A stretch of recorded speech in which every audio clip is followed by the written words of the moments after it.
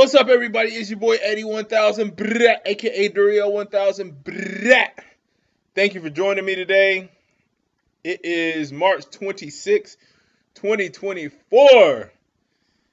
Woo! Boy, and what a week, what a year so far. Oh my goodness. It is so much going on. Unfortunately, with some bad news, a bridge just collapsed in Baltimore. Scott Key Bridge just collapsed. Well, it was a container barge or boat ran into a bridge and it collapsed, and they are calling it a mass casualty event. So my thoughts, my heart goes out to the families involved and the loved ones involved. Hopefully, everything can work itself out for the best. And, I wasn't about to talk about this, but it's happened and it just popped in my mind that these container ships, they come from all over the world. They come from China, they come from South America, they come from Europe, they come from everywhere. And I don't know how they're checked in. I don't know if they are given some sort of instruction on how to proceed to the ports or potential hazards, or to make sure that their captains are sane and not trying to cause damage or injuries, or that they're in good faith and they're in a good frame of mind, because like I said, I don't know how the whole shipping industry works. I know they take packages from one place and deliver them to somewhere else, but where's the ship based out of? Who owns the ship? Is the ship owned by a local company? Is it owned by a foreign company? If it's owned by a foreign company, how do we make sure that the ship hasn't been hijacked?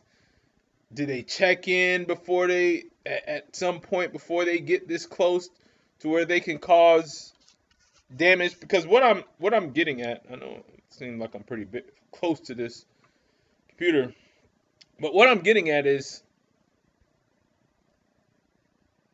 could this have been prevented? Meaning, what steps could have been taken to at least mitigate the possibility of something like this happening? Because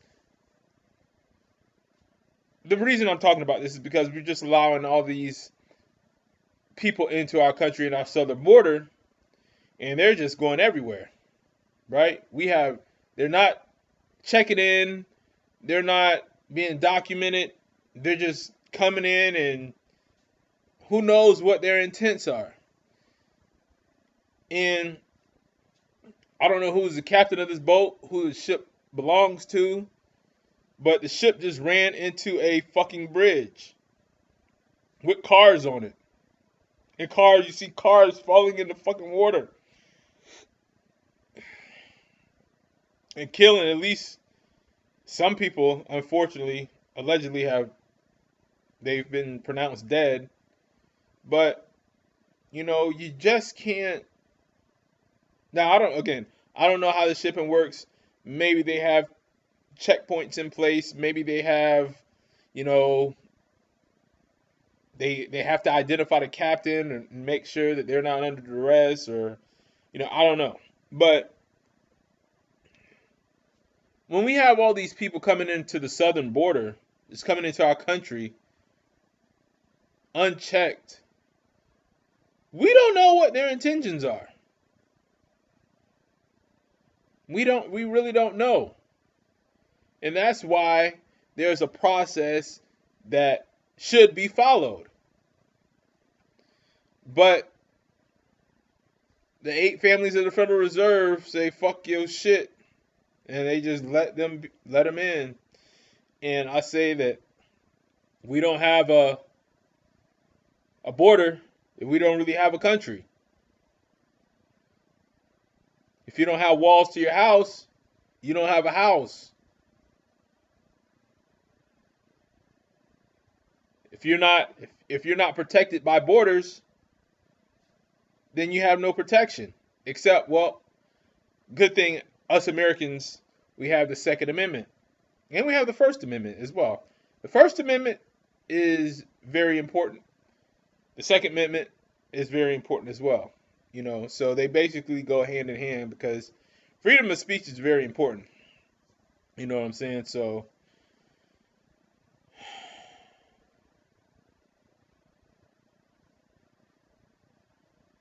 it's just, I feel like our country's just being hijacked.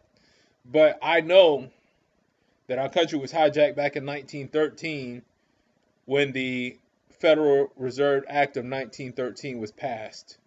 That's when our country went bankrupt. That's when our country was hijacked. That's when our country was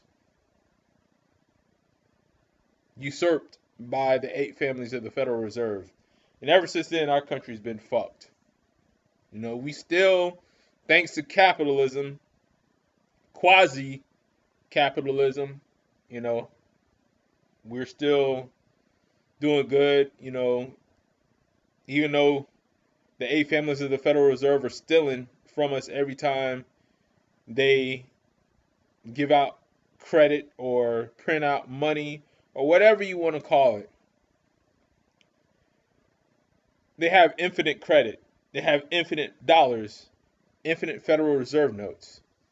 And every time they print more, they are making the money that's in your pocket less scarce, therefore reducing the purchasing power of your dollars that are in your pocket. That is theft. But on to the next topic.